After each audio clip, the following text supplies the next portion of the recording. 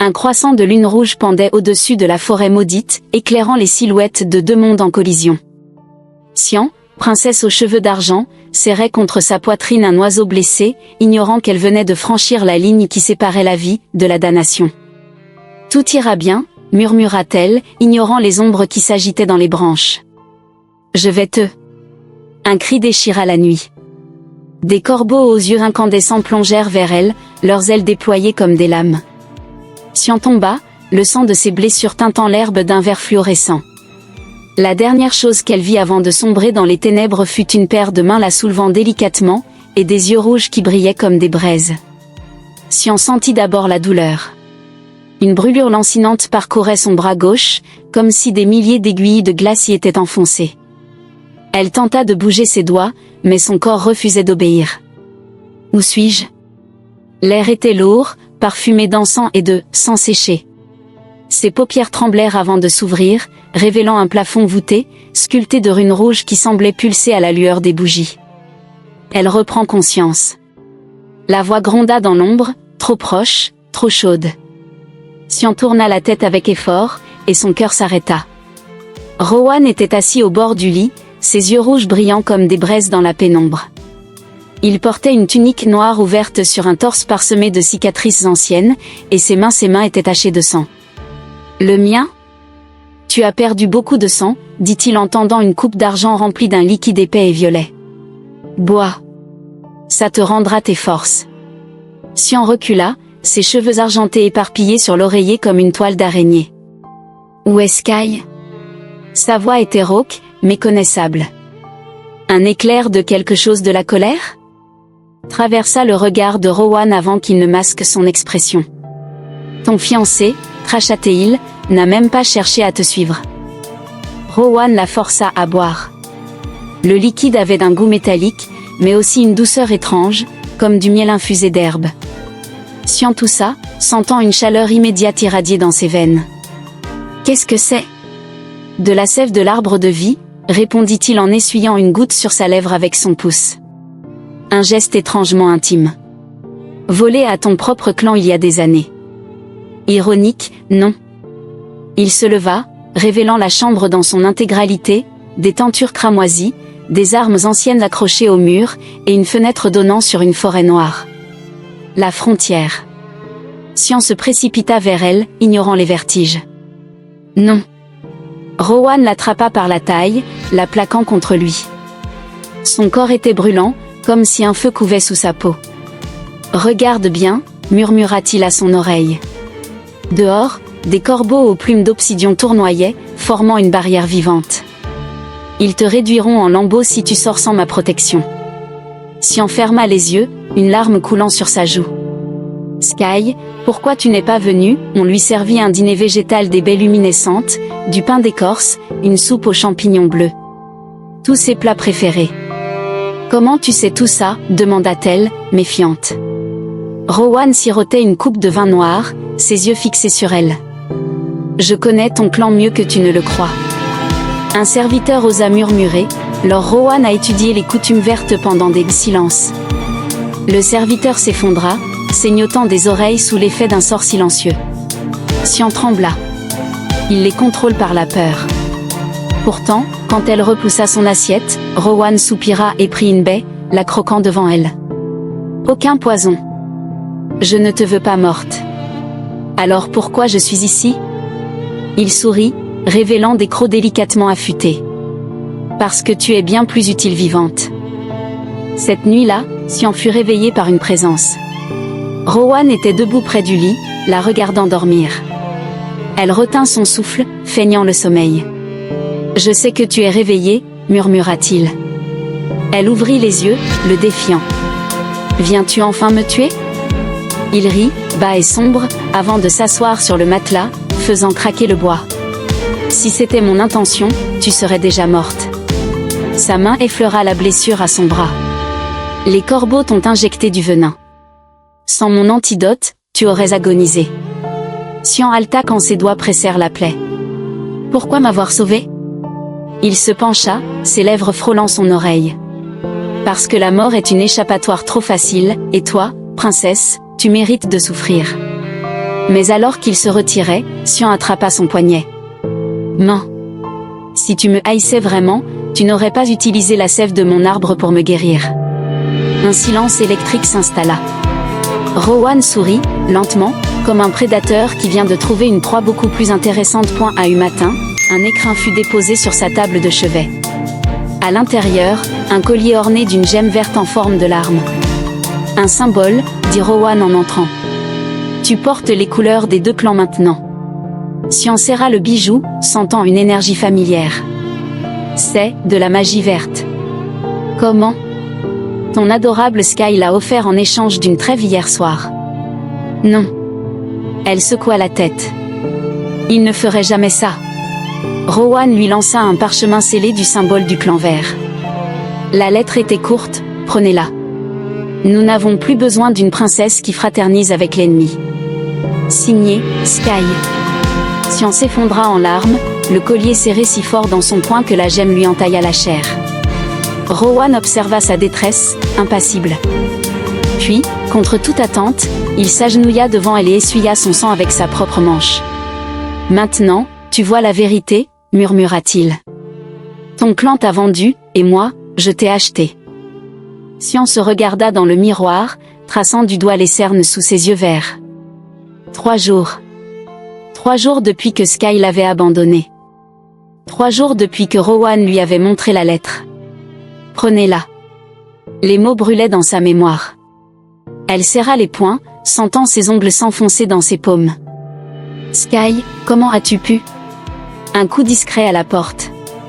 Princesse, murmura une servante. Lord Rowan vous attend dans le jardin. Xian inspira profondément. Il faut qu'il me croie brisé. Elle choisit une robe verte la couleur de son clan mais laissa ses cheveux dénoués, un signe de deuil chez les vampires verts. Qu'il me voie souffrir. Qu'il baisse sa garde. Rowan l'attendait près d'une fontaine de sang cristallisé, vêtue de noir, un livre à la main. Il leva les yeux, et son regard scintilla en la voyant. Tu portes mes couleurs, dit-il en désignant la robe. Elles étaient déjà dans mon armoire, mentit-elle en baissant les yeux. Un sourire trop connaisseur étira ses lèvres.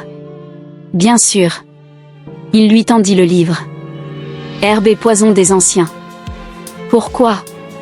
Parce que tu as passé ta vie à soigner, répondit-il en se penchant pour lui murmurer à l'oreille, mais personne ne t'a jamais appris à blesser. Xian commença à jouer le rôle de la prisonnière docile.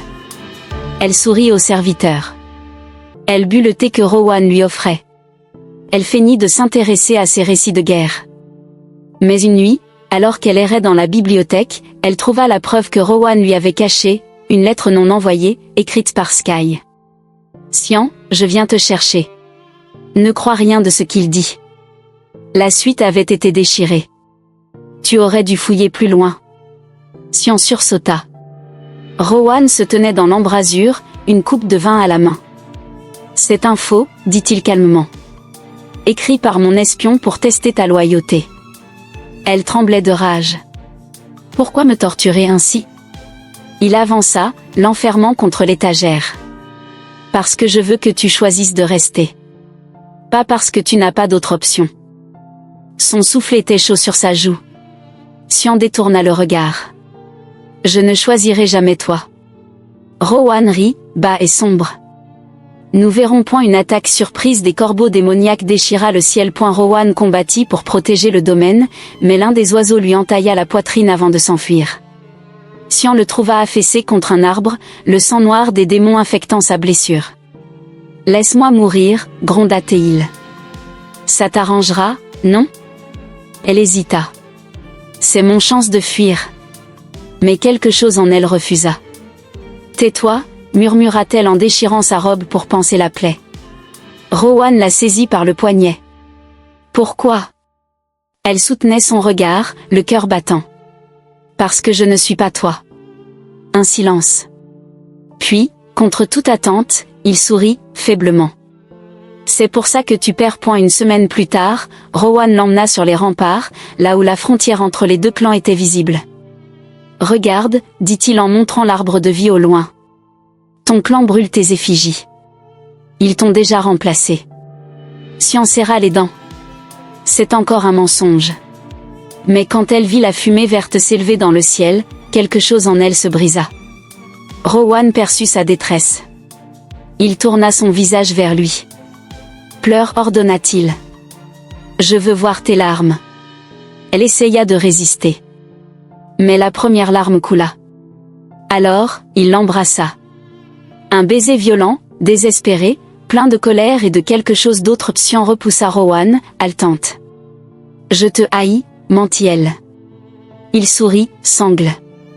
Alors pourquoi as-tu répondu, cette nuit-là? Xian s'enfuit. Elle courut à travers la forêt, ignorant les corbeaux qui plongeaient vers elle.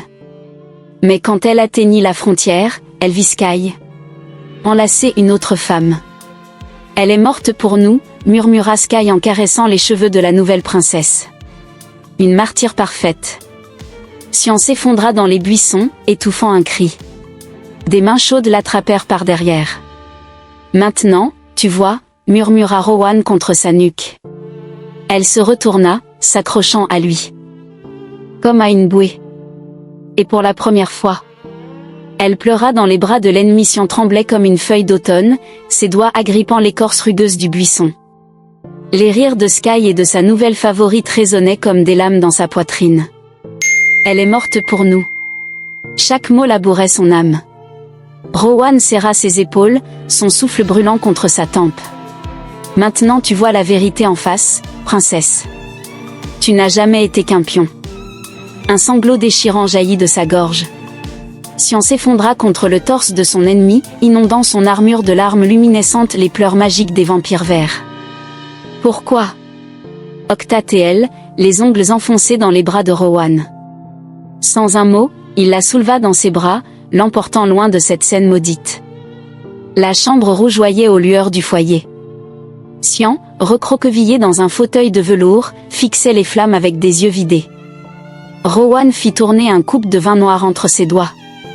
Ton clan t'a remplacé avant même que ton corps ne refroidisse. Un sourire cruel. Je te propose mieux qu'une vengeance. Je t'offre un trône. Xian leva enfin les yeux. Que? Épouse-moi. Deviens reine des deux clans. Le silence s'épaissit. Tu es fou, murmura-t-elle. Rowan se pencha, ses yeux incandescents. Non. Juste pragmatique. Ton sang vert coule dans les veines de l'arbre de vie. Avec toi à mes côtés, je pourrais contrôler la magie des deux territoires, acheva-t-elle, horrifiée. Un claquement de porte.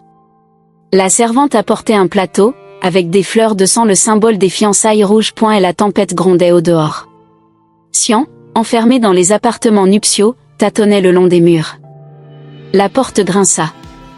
Rowan apparut, trempé, une bouteille ancienne à la main. De l'hydromel lunaire. Ça aide à oublier. Je ne veux pas oublier.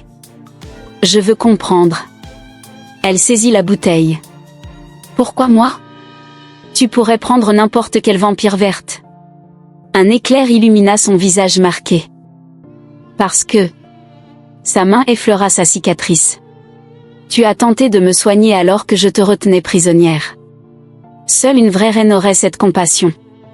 Xian éclata de rire, un son brisé. De la compassion? J'espérais juste que tu souffrirais plus longtemps. Rowan l'attrapa par la taille, plaquant son corps contre le sien. Mensonge, gronda-t-il avant de l'embrasser avec une fureur dévorante. Et contre toute attente. Xian répondit au baiser. Aube naissante. Xian se faufilait vers l'arbre de vie, un poignard de sang caché dans ses manches. Un pas derrière elle. Je savais que tu essaierais, murmura Rowan. Elle se retourna, la lame pressée contre sa gorge. Tu m'as utilisé. Comme Sky. Non. Lentement, il sortit un parchemin, un décret scellé des deux clans. J'ai fait annuler ton exécution symbolique. Tu peux rentrer. Xian trembla. Pourquoi? Parce que... Sa voix se brisa. Je ne veux pas d'une reine enchaînée. Je veux que tu reviennes, de ton plein gré. Un cri déchirant retentit soudain. L'arbre de vie saignait une sève noire. Sky était là, un poignard planté dans le tronc, ses yeux injectés de magie noire. KO. Les corbeaux tournoyaient en hurlant. Sky riait comme un dément. Tu vois, Xian? Même ton arbre sacré n'était qu'un outil. Rowan bondit, mais une racine le transperça, l'arbre le punit pour son intrusion. Xian vit rouge. Arrête! Son cri déclencha une explosion de lumière verte. Les lianes enveloppèrent Sky, l'immobilisant point l'arbre gémit comme une bête blessée lorsque Sky, le visage déformé par la magie noire, enfonça un poignard d'obsidienne dans son écorce. Tu as trahi ta propre essence. Tonna Xian, ses nouveaux pouvoirs faisant vibrer l'air. Des lianes assassines jaillirent du sol, transperçant les fidèles de Sky. Le traître esquiva, mais une branche l'éventra partiellement. Xian, aide-moi. Bégaya Teil, du sang noir coulant de ses lèvres. Rowan serra son épée, prêt à porter le coup final. Xian arrêta la lame de Rowan. Non, murmura-t-elle en s'agenouillant près de Sky. Il mérite de vivre avec son remords. Elle plongea ses doigts luminescents dans sa blessure. Sky hurla lorsque la magie verte brûla la corruption. Rowan observa, partagé entre admiration et jalousie. Tu es trop bonne pour ce monde, gronda-t-il. Xian leva vers lui des yeux embués. Non. Juste assez bonne pour le changer. Point à l'aube, les survivants des deux clans s'agenouillèrent lorsque les branches tressèrent une couronne d'épines et de fleurs de sang sur la tête de Xian. Rowan déposa un baiser sur ses jointures tachées de vert et de rouge.